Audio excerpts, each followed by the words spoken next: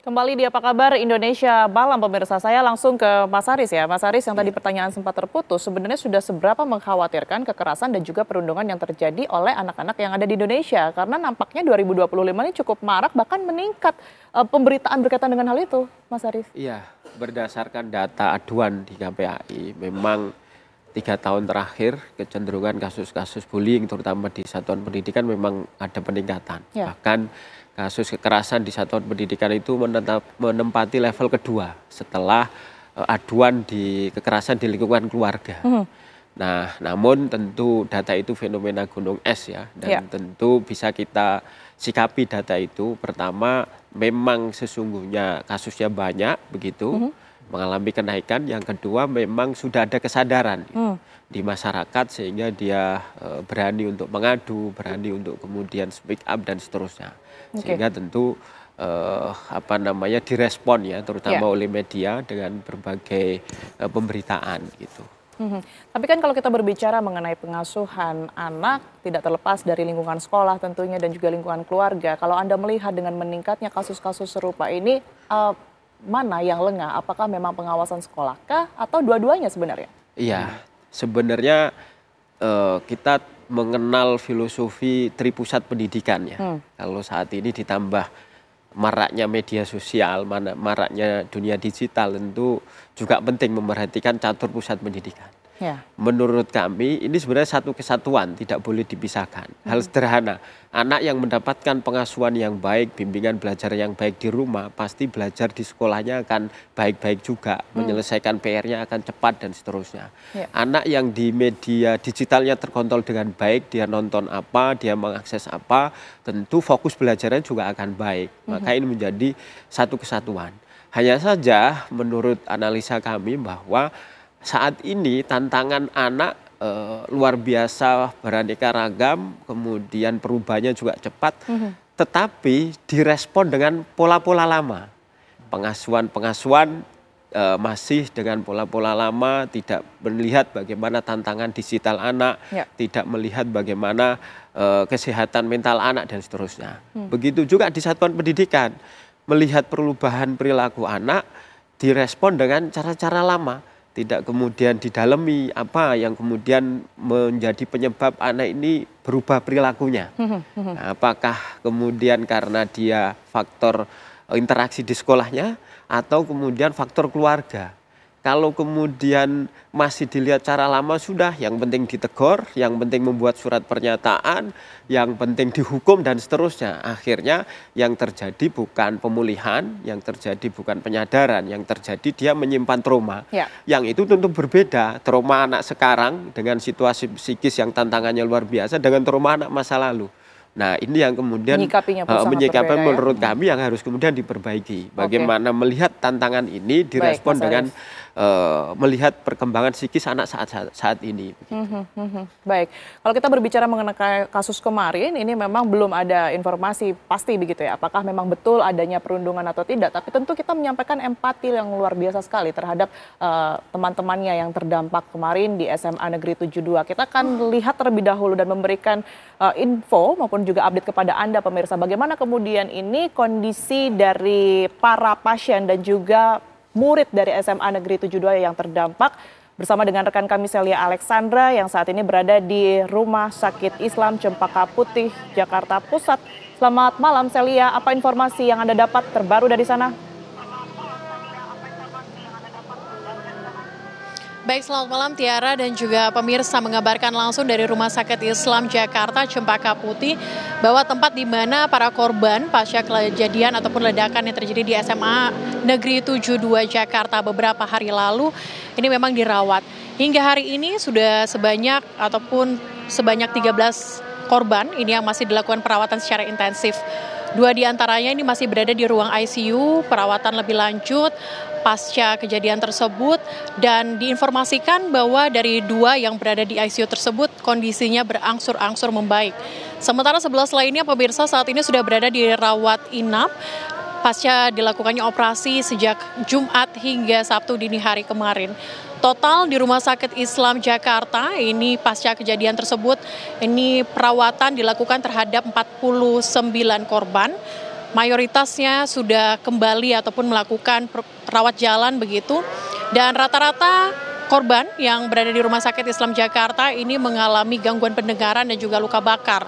Informasi yang kami dapatkan langsung dari Direktur Utama Rumah Sakit Islam Jakarta, Dr. Pradono Hanjoyo, ini mengatakan bahwa umumnya gangguan pendengaran itu akan pulih selama 2 pekan ataupun 2 minggu, namun beberapa kasus ini mungkin membutuhkan tindakan medis lanjutan sehingga mungkin akan terus ada pendampingan dan juga perawatan intensif yang dilakukan kepada korban yang saat ini berada di Rumah Sakit Islam Jakarta. Sementara itu dalam beberapa hari ini memang kunjungan terus datang, terus berkunjung. Kemudian beberapa pihak datang ke Rumah Sakit Islam Jakarta, terlebih khusus pada hari ini ada 2 belah pihak yang kemudian datang ke sini, termasuk dari Komisi Perlindungan Anak Indonesia, tadi Ketua KPAI yakni Margaret Aliatul kemudian datang ke sini untuk melakukan pendampingan terhadap keluarga dan juga korban yang berada di Rumah Sakit Islam Jakarta. Ia kemudian memberikan pendampingan psikologis, kemudian juga ia mendorong agar terus dilakukan pendampingan secara psikologis juga terhadap terduga pelaku yang berhadapan dengan hukum. Selain itu juga Komnas Perlindungan Anak tadi juga sempat hadir ke sini. Ia mendorong agar dari pihak sekolah SMA Negeri 72 Jakarta ini melakukan penyesuaian dalam proses belajar mengajar, yakni dilakukan secara daring agar traumatis mungkin yang dialami oleh anak-anak maupun korban ini tidak terus berlanjut. Sementara demikian, Tiara. Baik, terima kasih Celia Alexandra melaporkan langsung dari Rumah Sakit Islam Cempaka Putih Jakarta. Selamat bertugas kembali. Saya akan langsung ke Mas Ridwan lagi ya. Mas Ridwan, kalau kita berbicara spesifik mengenai perundungan, apakah memang bisa perundungan ini menjadi salah satu pintu masuk ya terhadap anak untuk bisa tergabung atau terpapar kelompok ekstrim tertentu? Tentu saja bisa, nanti secara psikologis Mas Reza lebih tepat. Tetapi saya kira memang itu tidak satu-satunya faktor. Ya, ini tidak satu-satunya faktor. Barangkali pengaruh perekrutan atau paparan media sosial maupun website-website yang dia tonton, itu juga nantinya akan kita cek apakah itu dominan itunya, faktor itunya, ataukah faktor bullyingnya. Gitu. Itu yang nanti Tiara mungkin saya kira menunggu pelakunya pulih dulu ya. Karena kan ya harus ada wawancara, dan itu wawancaranya juga pasti tidak mudah karena si pelaku ini ada salah satu sketsa juga yang ditemukan oleh teman-teman penyidik itu.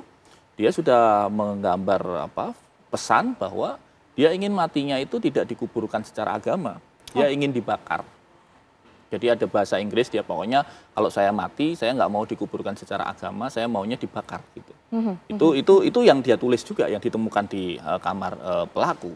Jadi artinya memang ada problem yang mungkin membutuhkan extra effort ya dari para psikolog, psikiater yang kemudian nanti bisa terbongkar lah sebenarnya apakah dia memang karakternya begitu. Lalu kemudian dengan keunikan karakternya itu teman-temannya merasa beda, ataukah sebenarnya sebelumnya normal, lalu ada perilaku bullying dari teman-temannya, lalu dia mencari safe haven atau tempat aman di media sosial, kayak 4chan, Discord, yang dia tidak butuh foto, tidak butuh nama, di situ dia merasa punya rasa kenyamanan, dan disitulah dia terpapar. Oke, baik. Saya ke Bang Reza. Bang Reza, sebenarnya apa yang terjadi di dalam pemikiran atau secara psikologis korban perundungan sampai pada akhirnya output ini berubah menjadi kekerasan atau seperti yang kita ketahui bahkan paham ekstremisme, Bang Reza? Kita sepakati ini peristiwa pidana kan ya. Dan dalam pidana kita tanda petik mudah sekali untuk sesegera mungkin tergoda mencapai simpulan mana pelaku, mana korban. Tapi penyederhanaan macam ini ternyata sulit luar biasa ketika kita mencoba mengurai situasi perundungan atau bullying. Dari sekian banyak kasus yang saya masuk ke dalamnya, ada itu di Lampung, di Banjarmasin, sekarang juga di Aceh. Bagaimana seorang korban perundungan bertahun-tahun mengalami penderitaan dan hidup dalam kesendirian. Dia mengalami viktimisasi pertama kali dari teman-temannya. Diolok-olok, dilecehkan, direndahkan. Itu viktimisasi pertama. Kemudian korban mencoba mencari pertolongan, mengadu ke keluarganya, berkeluh kesah ke gurunya. Apa yang diterima oleh si korban? Bujukan-bujukan klise yang nyaris omong kosong. Sabar nak, maafkan, tetaplah berteman. Itu wajar dalam proses perkembangan remaja. Seperti yang tadi sempat dijelaskan oleh Mas Aris ya, bahwa dengan sehingga cara-cara sadar lama. tidak sadar, Pihak yang memberikan pertolongan, seharusnya memberikan pertolongan, justru melakukan viktimisasi kedua terhadap korban. Belum berhenti, korban datang ke kantor polisi, kantor penegakan hukum, mencoba mencari pertolongan. Boleh jadi apa kata polisi, ini kan masalah sepele yang lumrah dalam kehidupan pertemanan. Besok juga rukun sendiri. Ada pembiaran. Sadar tidak sadar, itu. Ternyata otoritas penegakan hukum bisa melakukan viktimisasi ketiga. Jadi bayangkan Mbak Tiara, bagaimana korban berulang-ulang sudah jatuh tertimpa tangga. Sampai kemudian korban ini memutuskan, saya harus memperjuangkan hidup saya sendirian. Caranya apa? Dengan melakukan retaliasi, kekerasan dengan bobot yang jauh lebih tinggi. Akibatnya apa? Bertahun-tahun dia memikul status sebagai korban, tapi kita abaikan. Namun ketika pada akhirnya di detik terakhir dia memutuskan retaliasi, aksi balas dendam, sekejap mata dia beralih status sebagai pelaku, sebagai anak yang berkonflik dengan hukum. Tidak ada lagi kesempatan bagi kita untuk berempati, memberikan pertolongan dan seterusnya, karena fokus kita adalah menjatuhkan hukuman berat kepada dia. Itulah drama tragis yang dialami oleh kebanyakan korban perundungan. Oke, baik. Menarik untuk dibahas juga. Mas Aris, kalau kita ketahui pula kan sebenarnya kalau berbicara mengenai perundungan, tentu tidak terjadi di depan guru, tidak terjadi di depan orang tua secara langsung begitu ya. Bahkan sebagian besar anak laki-laki yang dirundung ini tidak terdorong untuk menyampaikan itu, tidak mengadu kepada orang tuanya karena akan terjadi lebih parah lagi perundungan yang terjadi. Apa yang seharusnya menjadi catatan oleh sekolah dan juga pengawasan yang harus dilakukan. Tapi mungkin boleh dijawab nanti. Sebelumnya saya akan menyapa terlebih dahulu ya sebelum kita jeda.